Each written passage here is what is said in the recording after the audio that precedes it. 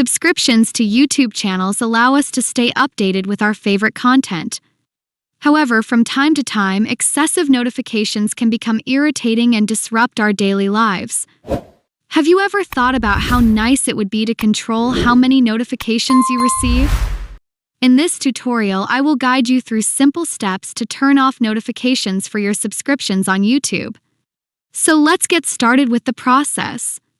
First, open YouTube on your phone.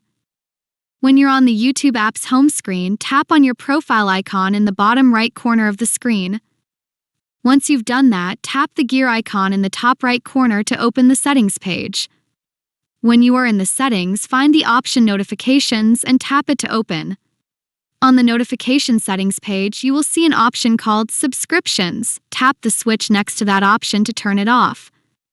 After you turn off notifications for subscriptions, you will no longer receive notifications when the channels you are subscribed to post new video content or update their material. This change will allow you to enjoy YouTube without constant interruptions, enabling you to focus better on the content that interests you the most. And that's all for this video. If you found the video helpful, please like it, share it with your friends, and subscribe to my channel for more useful tips and tutorials. See you very soon, and thank you for watching.